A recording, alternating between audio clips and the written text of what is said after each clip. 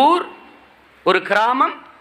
அந்த கிராமத்தை பிற கிராமத்து மக்கள், பிற கிராமத்தைச் சேர்ந்தவர்கள் வந்து களவாடி விடக்கூடாது, ஆடு மாடுகளை திருடிவிடக்கூடாது, பொண்ணு பிள்ளைகளை கொலை செய்து பாலியல் வன்புணர்வு செய்து நகைகளை திருடிவிடக்கூடாது என்பதற்காக ஊர் எல்லையிலே அருவாள் வேல்கம்பு விளக்கோட காவல் காத்து நின்றவன் ஐயனார். அந்நியர்கள் உட்புகந்து ஊருக்குள் நுழையும் போது தடுத்து காத்து சண்டையிட்டு செத்தமரவன் ஐயனார். அவன் ஊர் எல்லையிலேயே காவல் தெய்வமாக இன்றும் வைத்து போற்றப்படுகிறான். இது தமிழர் மாண்பு, தமிழர் மரபு, தமிழர் வழிபாட்டு மெய்யியல் கோட்பாடு. இப்படித்தான் நம் குலதெய்வங்கள் உருவான வரலாறு.